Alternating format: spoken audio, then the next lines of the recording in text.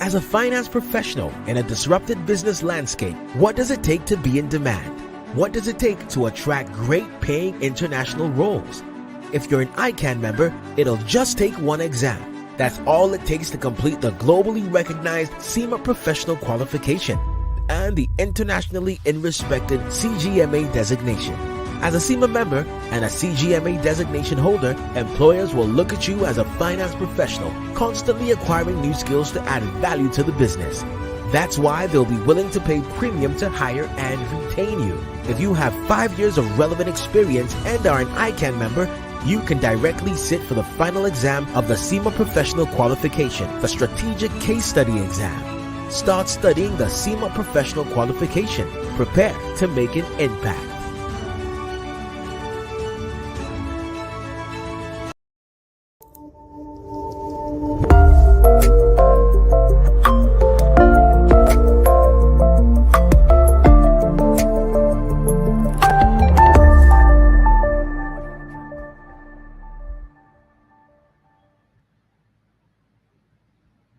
And good evening, our professional colleagues, student members, and friends of the Institute. Welcome to another episode of ICAN on Air, your great platform for learning, powered by our noble institute, ICAN. And I'm your host for today, Tosin Akinwumi, FCA. It is ICAN on Air again today. And go ahead and inform your colleagues and friends that the show has commenced and that they can be part of this show on ICAN Facebook page and ICAN YouTube channel. Let me tell you, a lot happened over the weekend and also in the course of the week in ICAN. Over the weekend, we have FCA conferment ceremony where members became senior members of the Institute. And in the course of the week, on Tuesday specifically, we formally welcomed 2,015 new members to the Institute as ACA. On behalf of the Vice President of the Institute, we say congratulations to you all. Higher ground we wish you, and we pray you will go higher in this profession.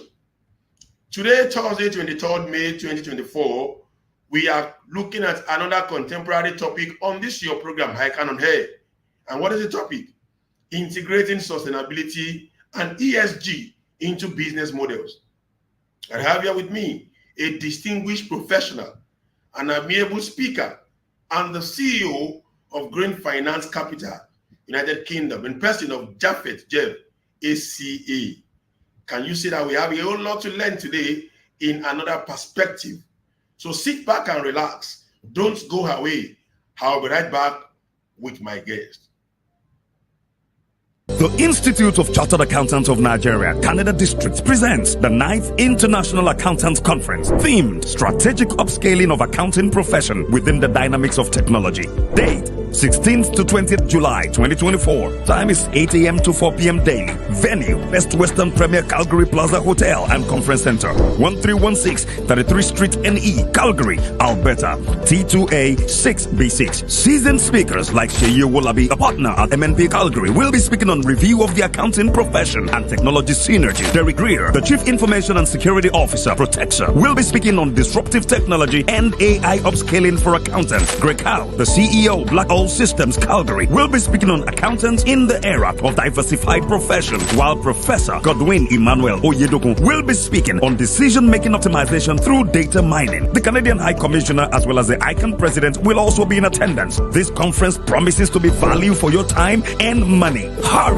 Register today by sending an email to Mr. Blessing Familusi, chairman at icancanada.net, or stgbadamosi at ican.org.ng, or iadams at ican.org.ng, or simply visit our website www.icancanada.org. ICAN Canada Conference 2024. Be there.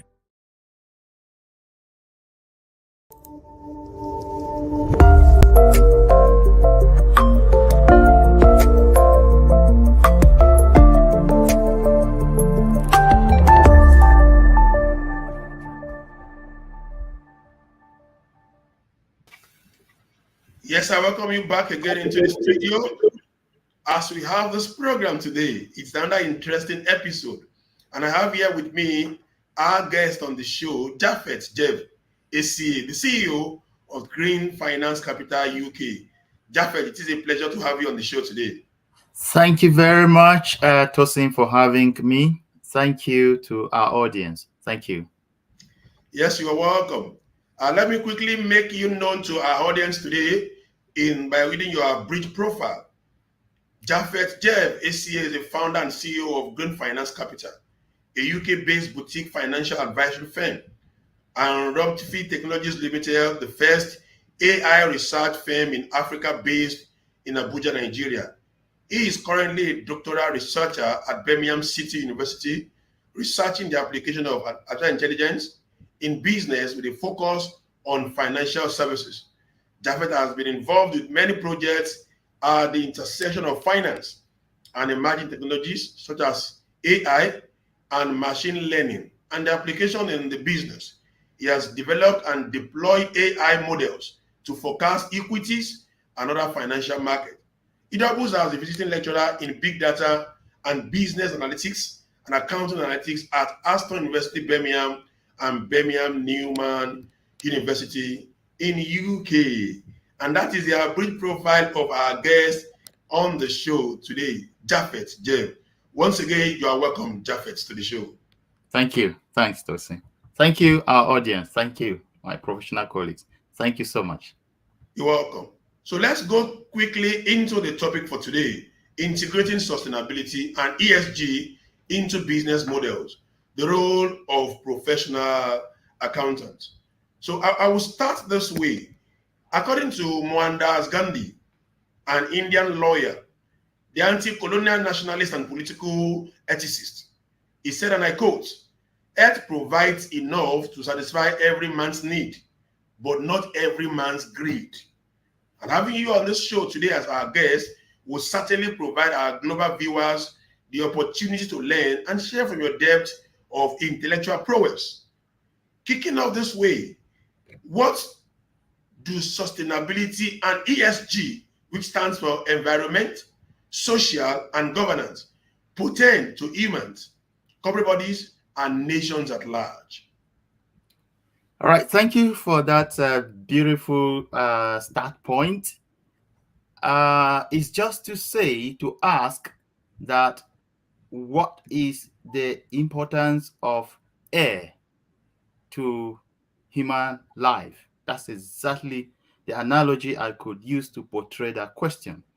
ESG stems from the fact that human being is facing an existential risk, and anything that concerns human concerns the business and concerns the government. The world global temperatures have risen since industrial revolution. Today, global temperatures have risen to the highest peak of 1.65 degrees Celsius. That is extraordinary, exceptional since the creation of the earth. And that has precipitated a climate crisis where we have been having incidents of flash flooding, incidents of heat waves, incidents of so many catastrophic events. These events need to be fixed. The climate crisis need to be fixed, and the ESG and sustainability are the only solution to fixing this climate crisis. Therefore, it has huge implications for businesses, huge implications for the government, and huge implications for individuals. Wow. Likening ESG to air for human, I think is a major one, and we'll actually want to know why ESG is as important as you likening it to air for human. And that will take me to the next question, which is similar to my starting question. So what could be the reason for sustainability and ESG becoming increasingly important in business as of today?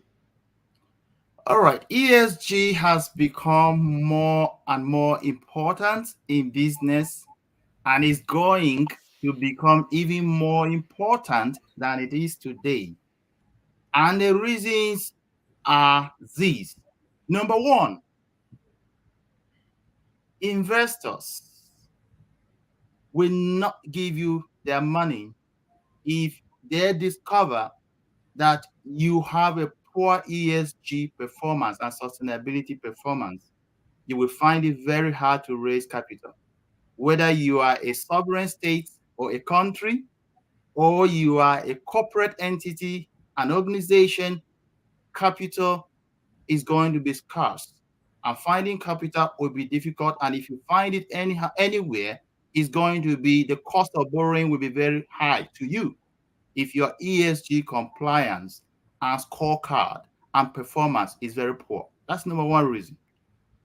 Number two reason is business resilience. There are researches that have established that there is a strong link between profitability. We're talking about sustainable profitability. I mean, long-term, huge, good profit that is sustainable over time, and ESG sustainable practices the business embeds or adapts. All right. So if you want to build a business that is resilient and sustainable and profitable and create real good value to the investors and shareholders and stakeholders, then ESG must be your watchword. Number three, regulations and compliance. There are regulations in diverse jurisdictions. In European Union, compliance with ESG and sustainability reporting and practices have become mandatory. It's no longer optional. Governments in the EU have enacted laws to protect the environment, to protect human beings who live in the environment, and to make sure businesses are run sustainably. And then number four, why ESG is very important is because ESG shows that a business is responsible and ethical. And every businessman or every company or corporation wants to have a good reputation.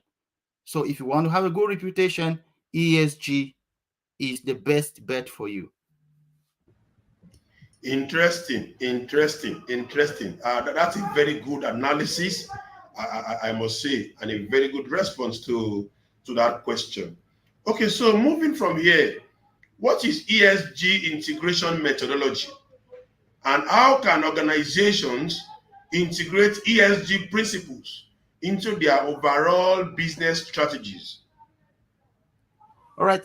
Thank you very much. So ESG integration is the most difficult thing that many organizations or many companies, many entities struggle with.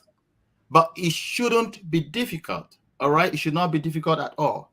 So what ESG integration methodology simply means is it's just a process of incorporating ESG into your business processes and strategic decision making. That's what ESG incorporation or ESG integration means. So it simply means embedding ESG practices. All right. Embedding the pillars of ESG. There are three pillars of ESG.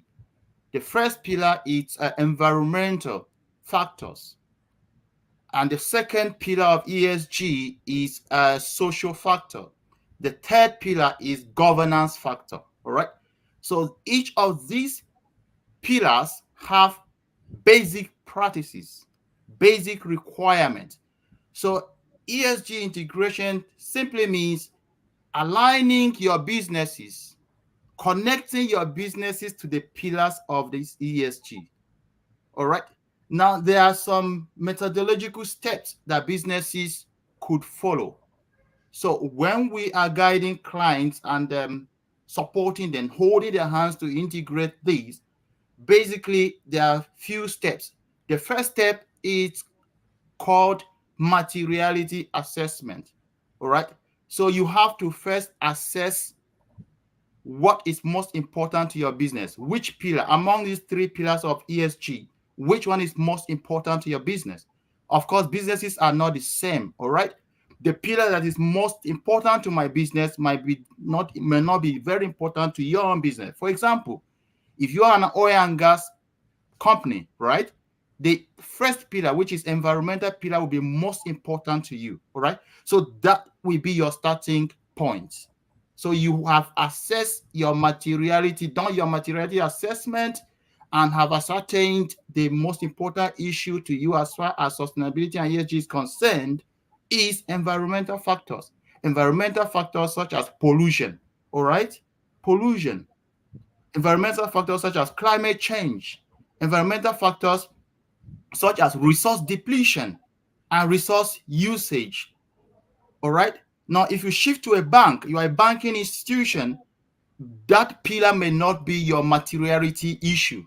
It may not be a material issue to a bank. Environmental factor may not be a material issue. So that's step one. Step two, you have to create your metrics and targets. For example, the amount of emissions that you emit or spillage. So you could set targets, right? That, okay, this year we are not going to have not more than 2 spillage on our oil rigs. So those metrics and targets need to be set and defined. Number 3, employee engagement. You have to engage employees, carry everybody along. And then number 4, it's monitoring and communication. Wow. I must say I'm really enjoying your analysis. You have a way or a simpler way of breaking complex matters. Well done, Mr. Japheth. Well done. Moving on, there's a lead question there because you just listed the pillars of sustainability to be environment, social factors, and governance.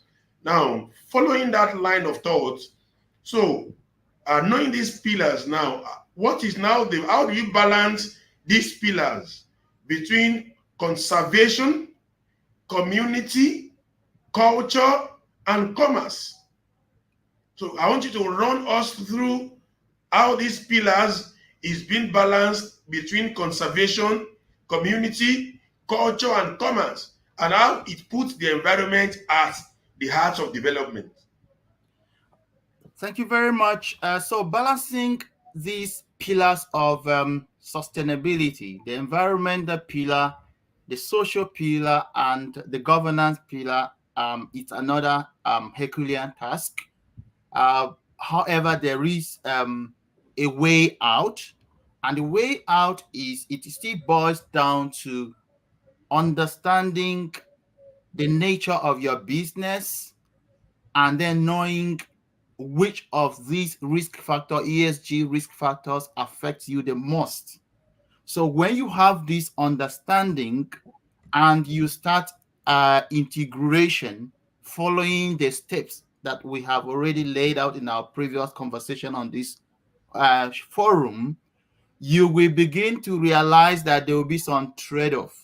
All right, there will be some trade-off, especially when you marry your commercial objectives of profitability, return on investment, and other commercial goals, right? Market share, expansion, and the rest of them. There will have to definitely be some trade-off. All right. So to answer this question, to balance your integration among these 3 pillars, you just have to make sure that your trade-off, which is the cost, is the real cost, the opportunity cost of integration, is not outweighing the benefits. So that's the way out. Once your opportunity cost, the real cost, the implicit cost of integration is not outweighing the benefit, then you're on the right track. Okay, just to ensure that the implicit cost is not outweighing the benefit. Thank you very much for that response. According to Franklin Roosevelt, the second president of the United States, he said, and I quote, "A nation that destroys its soils destroys itself. Forests, we know them to be the lungs of our land, and purifying the air and giving fresh strength to our people." So a question, in what ways, specific ways now, can companies effectively integrate sustainability and ESG into their business models and strategies for maximum benefits? All right. You see, ESG, we have already established that sustainability is very critical, right? Because at the end of the day, every company that is set to run is set to make a profit and is set with a vision to run to the long term sustainably, right? To the future. Nobody set up a company or shareholder set up a business and expect that business to further, right? And the only way to achieve this noble objective of making sure the business doesn't fold up is by embracing and integrating sustainability. That is the easiest formula. If you ask me the easiest formula for building a resilient business, it is nothing other than sustainability and ESG. That is the modern formula for building a business. All right. So now, how to integrate this? I like being practical here.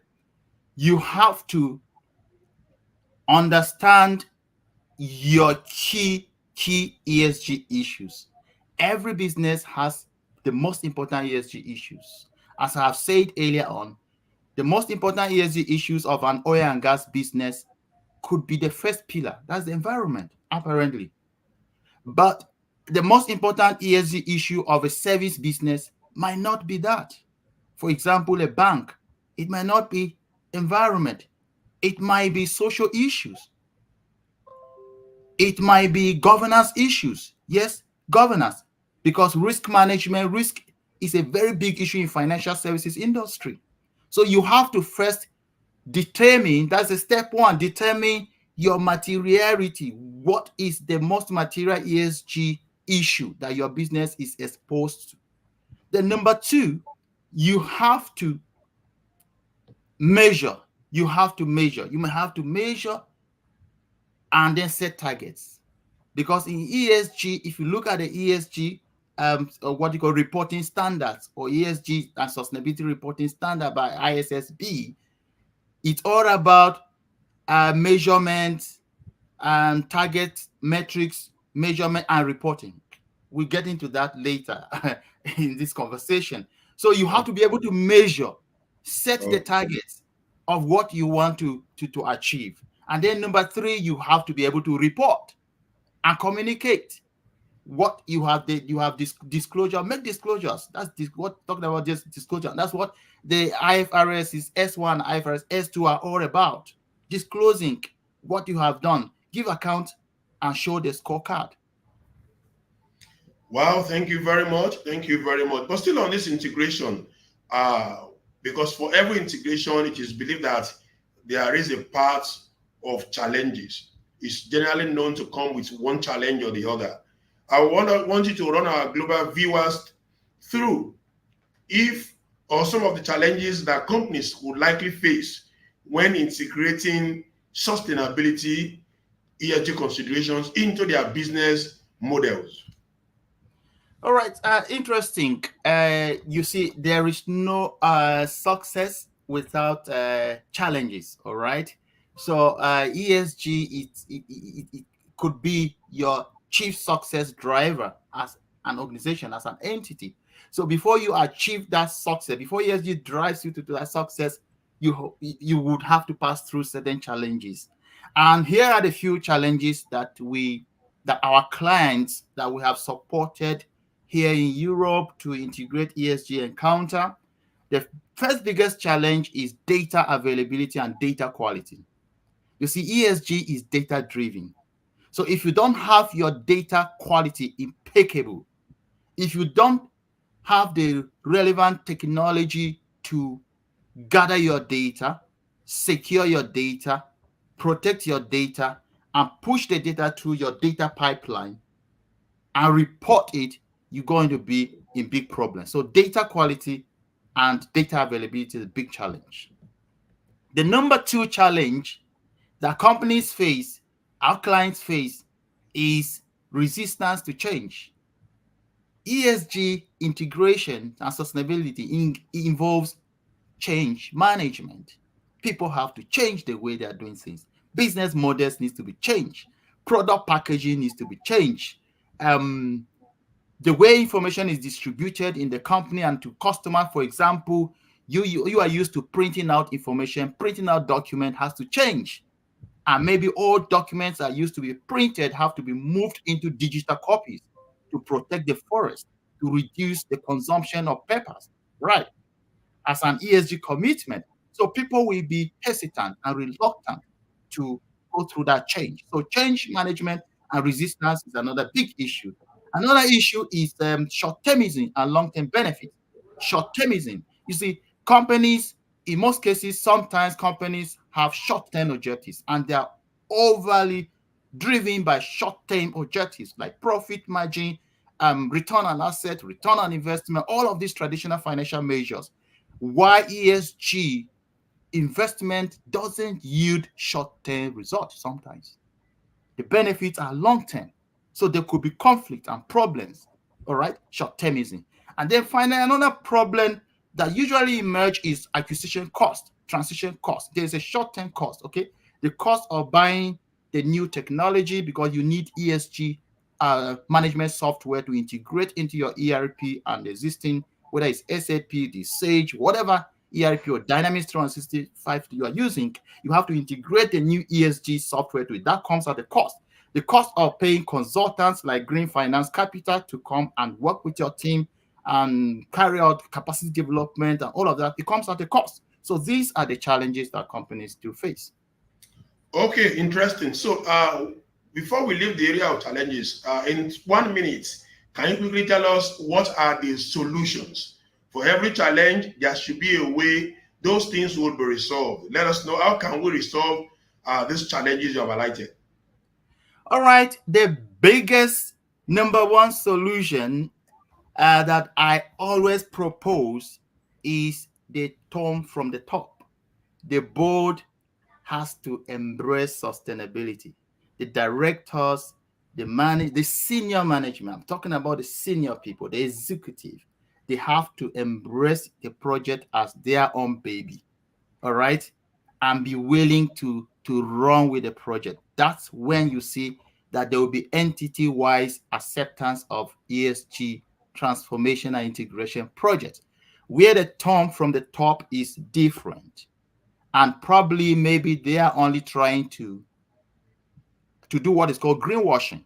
Greenwashing means deep within your heart, you don't care about ESG or sustainability, but either because you are looking for one funding and the requirement for that funding is that you must have a good ESG performance score.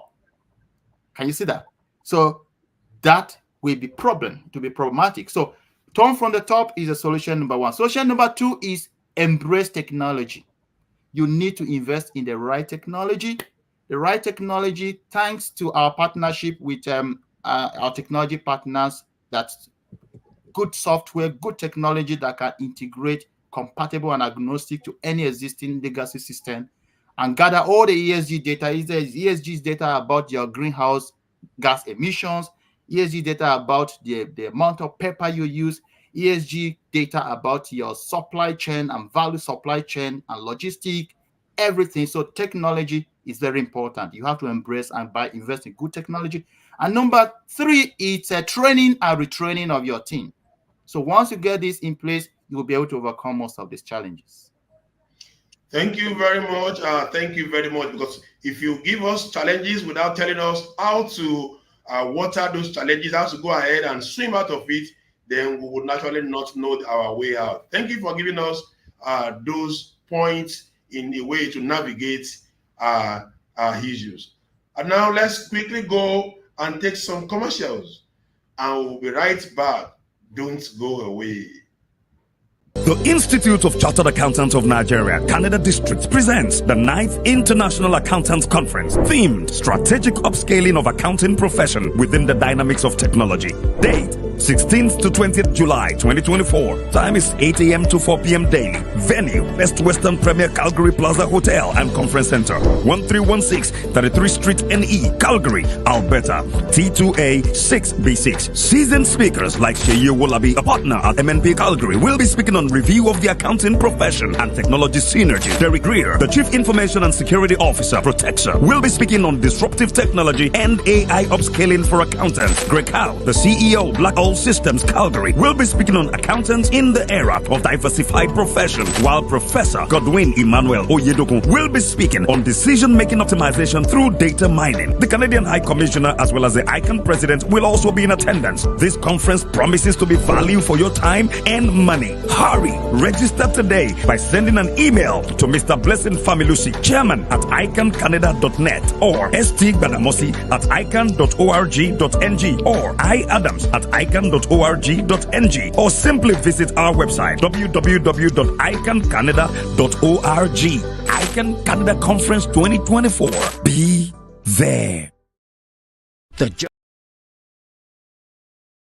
The journey to professionalism in artisanal practice in Nigeria has begun. The Industrial Training Fund, ITF, is proud to announce the first phase of the implementation of the Skill Up Artisan Program, SUPAR.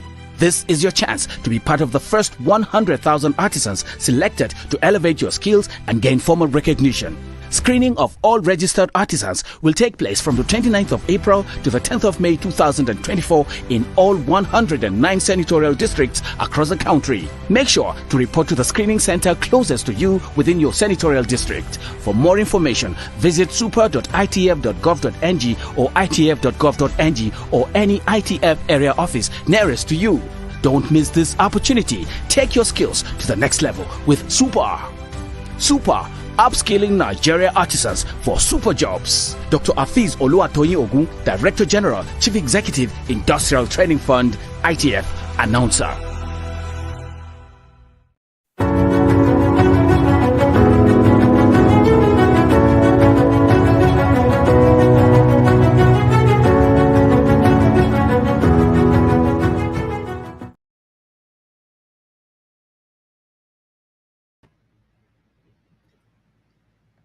You are welcome back to ICAN on Air, and today we are talking about integrating sustainability and ESG into business models, the role of professional accountants. And speaking with us today is our own Japheth Jeff, the CEO of Green Finance Capital UK. Thank you once again, Japheth. You've been doing a good job. Thanks for having me. Thanks to the audience. Well done. Let me tell you that ICAN Online Tutors is here for you to pass your exams at one single diet. What do you need? ICAN Online Tutors is a leading online tuition that provides professional certification examinations. They give you online classes, video lectures, materials are available.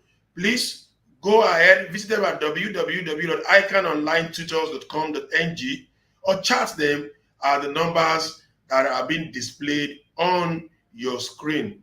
Trust them. With them, you are passing your ICAN examinations at one sitting. Now, let me quickly go and recognize all those who have joined us on the show today before we come back to continue where we stopped the discussion with our guest on the show today. I have Sonny Abdulhakim. Sonny Abdulhakim joined us all the way from Dry Port in Kano. We have Taufik Lawal. We have Olamilekon Ajibola Ujo. Thank you for joining us. Tosin Aderibigbe Adekunle FCA from Ibadan. Welcome. Adeshola Shobande Balikis Abbas, all the way from Abuja. I have Abose De Adenopo, all the way from Ota in Ogun State. I have Abdulaziz Abdulrashid watching us from Maiduguri. We have Fidelia Akpan Amuchi from Lagos, Nigeria. Lofachido from Jos. We have Mark Johnson Erifolami viewing us from Abuja. We have a lot of our viewers here today who are following us on this topic. Please send in your questions and trust us. Your questions will be taken and our guest is right here to provide answers to those questions. So moving along from where we stop, according to Kofi Annan, because this particular question I think is a bedrock of why we are here today. According to Kofi Annan, the 7th UN Secretary General, who ran from 1997 to 2006. He said, and I quote, professional accountants should use that influence to encourage the companies they serve to think long-term and integrate sustainable development goals into their accounting, such as by including a natural capital account, which I have heard is gaining ground. So my question, why are accountants the best set of professionals in corporate organizations to propel sustainability and ESG integration by companies? Interesting. I think you should be happy and pop champagne if you are an accountant, a professional accountant in the house, because your era has come. You see, among all the professionals, right, that run corporate organizations, professional accountants have a set of highly curated, unique skills, all right, that aligns perfectly with the requirements of ESG and sustainability. Professional accountants have transferable skills. I mean, very highly transferable skills that could crush most of these ESG implementation and integration challenges we have discussed here. The first challenge of data, accountants, they eat and breathe data. That's their bread and butter. That's it. From day one, you are doing debit, credit, they are all numbers, they are data. We are working with so many manipulation of spreadsheets, what you call ERP system, whether it's SAP, whether it is Microsoft Dynamics, mention them. So you wrangle with data, you prepare data, you condense data, you report on data. All of these skills are highly, highly transferable and required for successful implementation and integration of ESG projects. Another skill is risk management. ESG comes with risk and opportunities. Now, the professional accountants have risk management skills in managing financial risk, managing cash flow risk, managing operational risk, managing liquidity risk, right? And they understand risk management methodologies. Now, the biggest fear of the world, including the United Nations and all the climate change conferences that have been held by world leaders, their biggest fear is ESG risk, climate risk. Now, the professional accountant comes with risk management methodologies embedded in them already. They understand risk assessment. They've been done risk assessment. They understand risk mitigation. They understand risk identification. They understand risk evaluation. They understand monitoring. So this same risk methodology could just be transferred to manage ESG risk, as simple as that. Another important point that makes professional accountants so uniquely positioned to reign in the area of sustainability and ESG is understanding of internal controls and governance. The ESG data needs to be impeccable. We mentioned one of the challenges of implementation and integration is data quality. Now, the professional accountant understands internal control over data, internal control, data privacy issues. The professional accountant is trained to understand all of this, and they understand it. They implement internal control system. If you are an auditor, you have good understanding of internal control, how to assess the internal control organization. So the professional accountant is uniquely positioned. The last one is communication and reporting skills. Professional accountants are used to communicating. They are storytellers. They tell story about financial data, right? So it's only for them to transfer that same skills of storytelling into ESG and non-financial reporting and communication, engaging stakeholders, communicating to the board, communicating to shareholders, communicating to investors and other stakeholders. That's all. Thank you very much, Jafet, for that timely and well put together question response from you. It would be lovely if we have some of our new members who were inducted during the week listen to you now. Just like you mentioned, that accountants are uniquely positioned for opportunities, and this is one of the opportunities that they have in this prestigious profession. Thank you once again for that response. But still on that response, in what ways can accountants now stay up to date and upskilled to effectively play critical roles? You have told us that we have been uniquely positioned. So in what way can we stay up to date and upskill to effectively play the critical roles in driving corporate sustainability and ESG integration and reporting? All right, a very interesting follow-up question there. Professional accountants, the onus lies on you. The ball is now in your court. Now you discover that you have the skills, you have the capacity, you have the capabilities, you have everything to leverage this opportunity, emerging opportunity, and build up a good career, a highly rewarding career, all right, in the field of sustainability and ESG.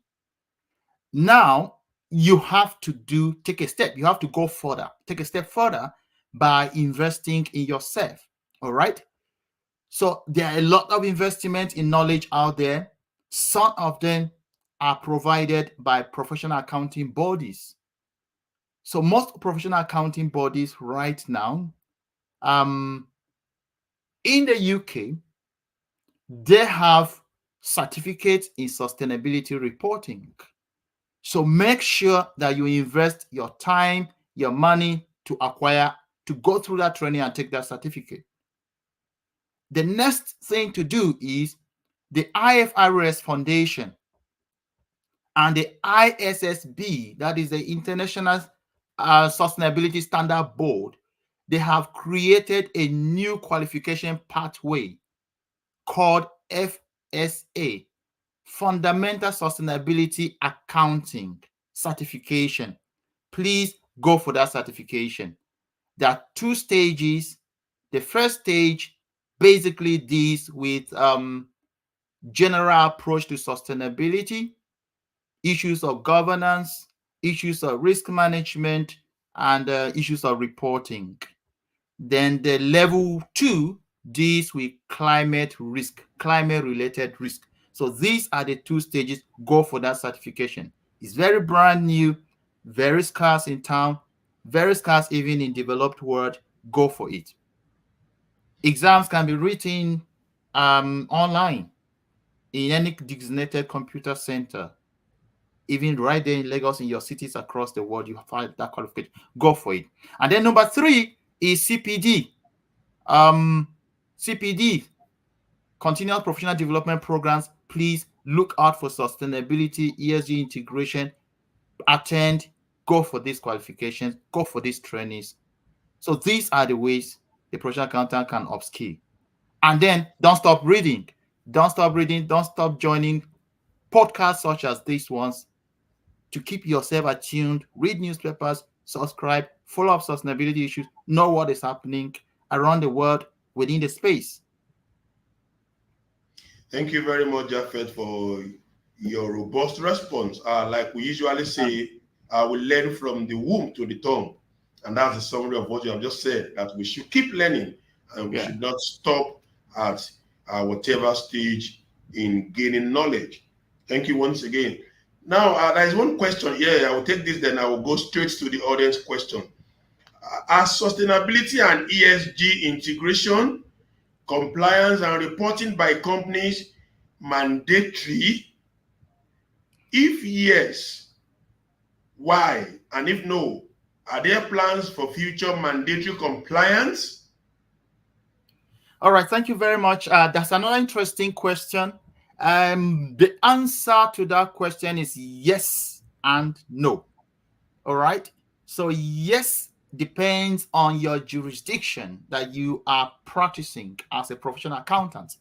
If you are practicing in Europe, or you have a business, you are a company, a public company listed in Europe, then it is mandatory, it is compulsory. You have to comply with sustainability reporting. You have to disclose your ESG performance. You have to show the scorecard.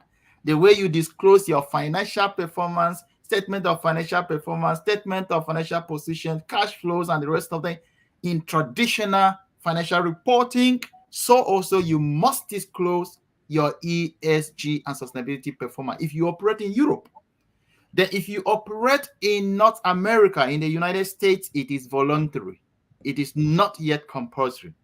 If you are a business operating in United Kingdom, it is not compulsory. It is not mandatory. It is voluntary.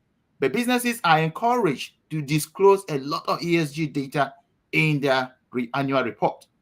And then in Nigeria, it is not yet mandatory, but Nigeria is on the cusp of mandatory compliance with IFRS S1 and IFRS S2, which are ESG and sustainability disclosures.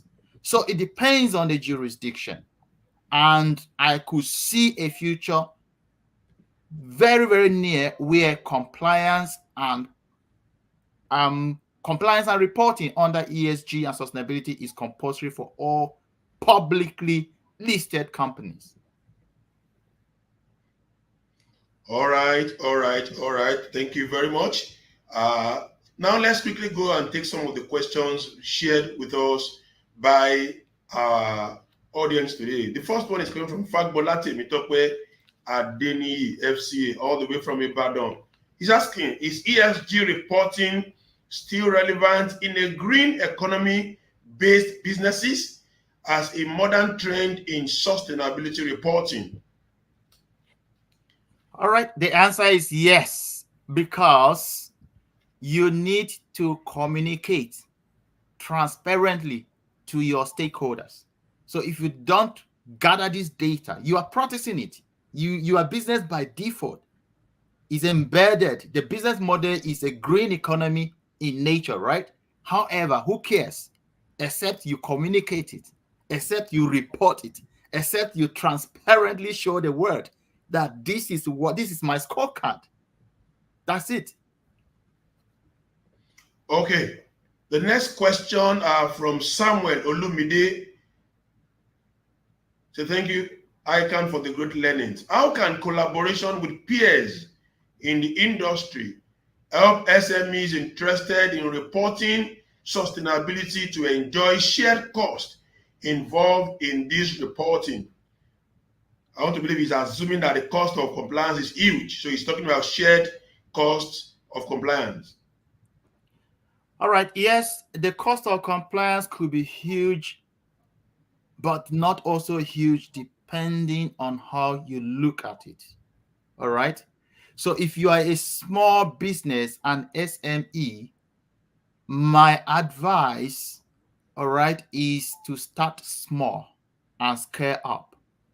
You could start with simple aspects of your operations. For example, I am no longer going to print in this office.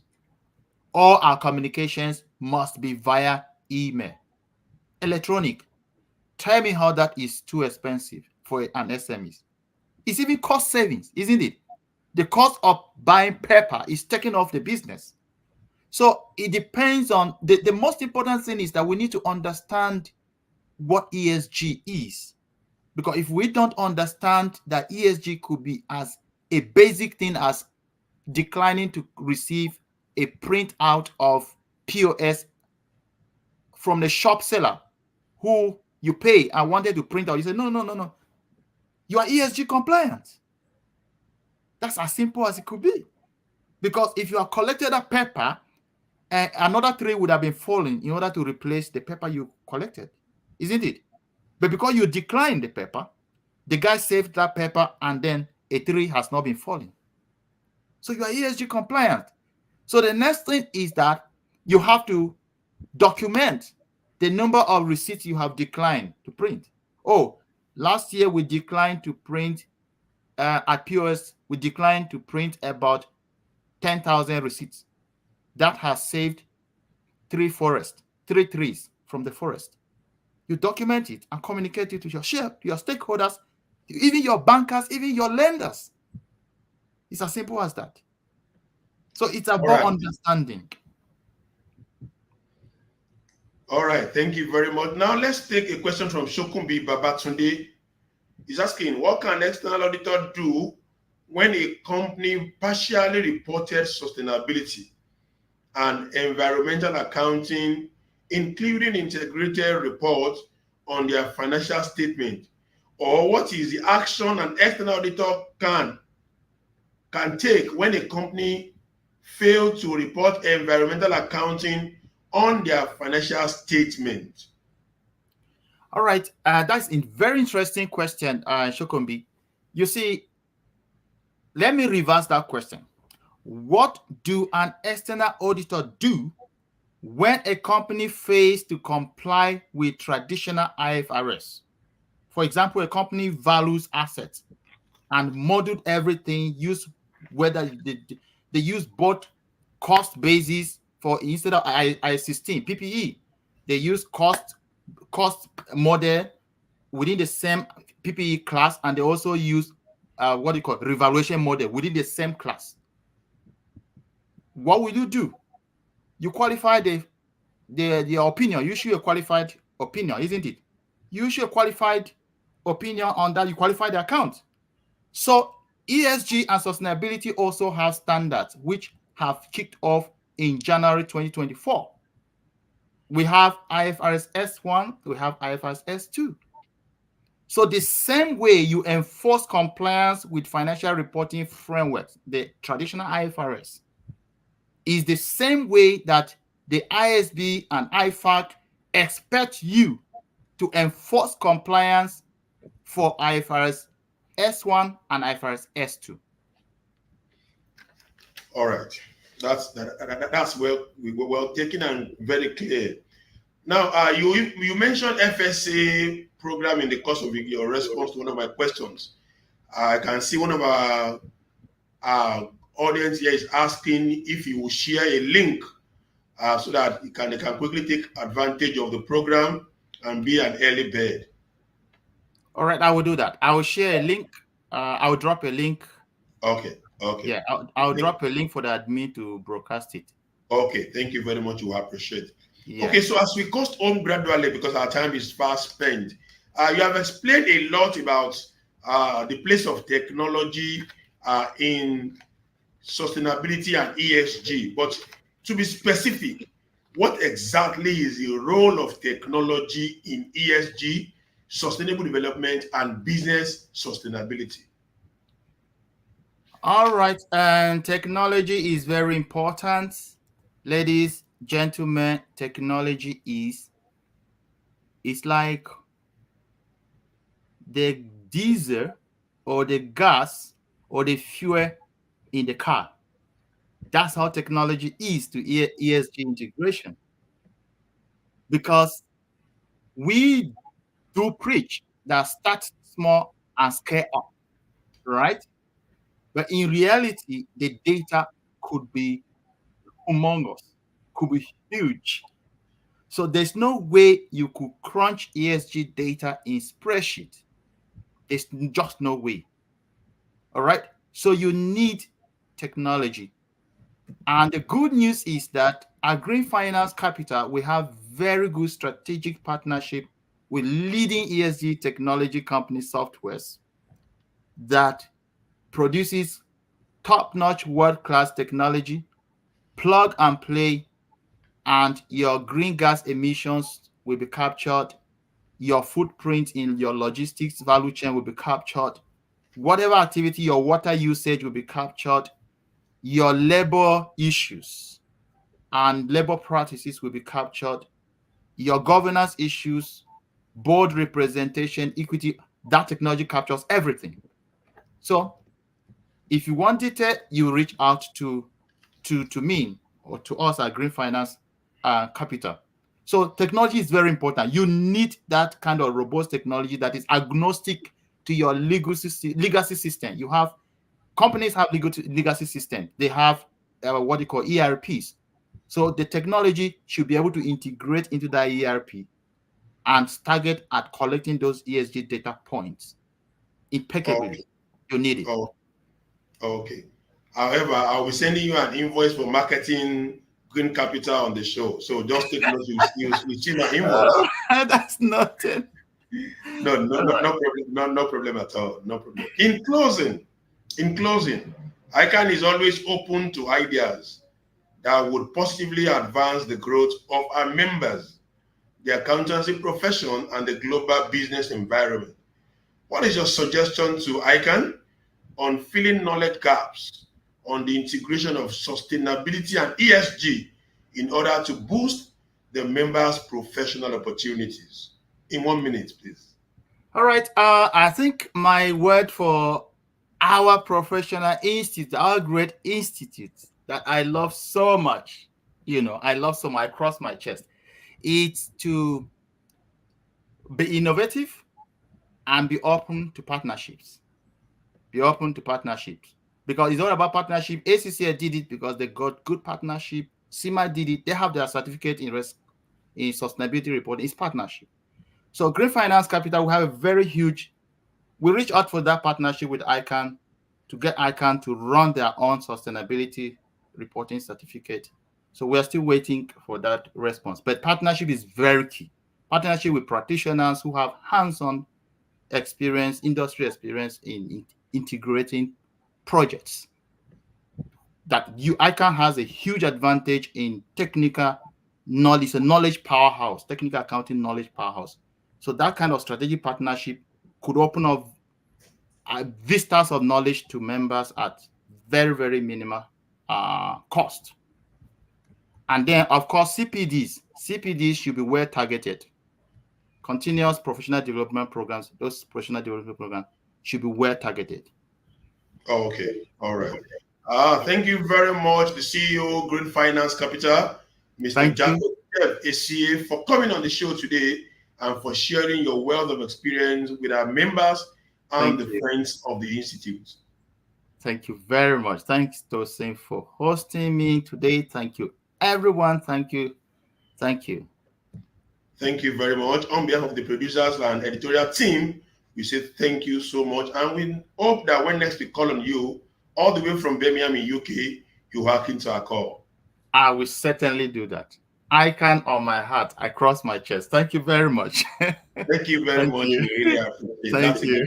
Thank you. Thank you. So, do you have let me quickly take the announcement that we have on the show before we close the program. Like I did told you, the online tuition center, they are there for you. They are there for you. It's just pass ICAN at one sitting. What do you need? Online classes, video lectures, study materials, lesson notes. Go ahead and register now and call the number that is being displayed on the screen to reach out to them today.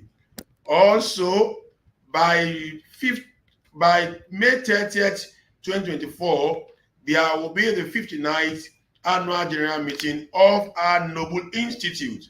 Please do not forget, the time is 11 a.m. The venue is ICAN Center, Amuwo Dauphin. Please don't forget. ICAN on Air is open for adverts, placement. The rates are affordable. Reach out to the numbers on the flyers. The flyers have been displayed on all our social media handles, on LinkedIn, on Facebook, on Instagram. Please go ahead and reach out to us. You can even call any of the anchors and let us discuss the business of making your business great. We also implore that all our members, including the latest new members who join us on Tuesday, to go ahead and subscribe to ICAN YouTube channels and follow all our ICAN social media handles, the Facebook page, Instagram handle, and also follow us on LinkedIn. Let us roll together in this great profession. Also, the Public Finance Management Faculty is having a certification training program. It's a 5-day hybrid training, physical and remote. The date is July 22nd to July 26, 2024. The module is module 1 and 2, and the cost is 75,000 naira for module 1 and 2. But if you want the complete module, it goes for 220,000 naira, but it attracts 30 credit hours. Go ahead and register in advance. Lastly, the Taxation and Fiscal Policy Faculty of ICAN is organizing a 7-day certification training program. Go see the details is date June 3 to 11, time is 9 a.m. The event is International and Digital Economy Taxation. Venue, ICAN Annex Office at Murtala Mohammed Way, Ebute Meta, Lagos. The virtual option is also available. The fee is 230,000 naira and it covers the training materials, the certificate of attendance, examination, tea, coffee, and also the lunch. Ladies and gentlemen, and my professional colleagues, and you will agree with me that today's program is worth the while, highly educating and very instructive. Till I come your way again with another guest, another topical issue, I want to urge you to stay safe and be sound. On behalf of the editorial team and the producers, I'm Tosin Akinyomi FCA, saying thank you for watching and bye for now.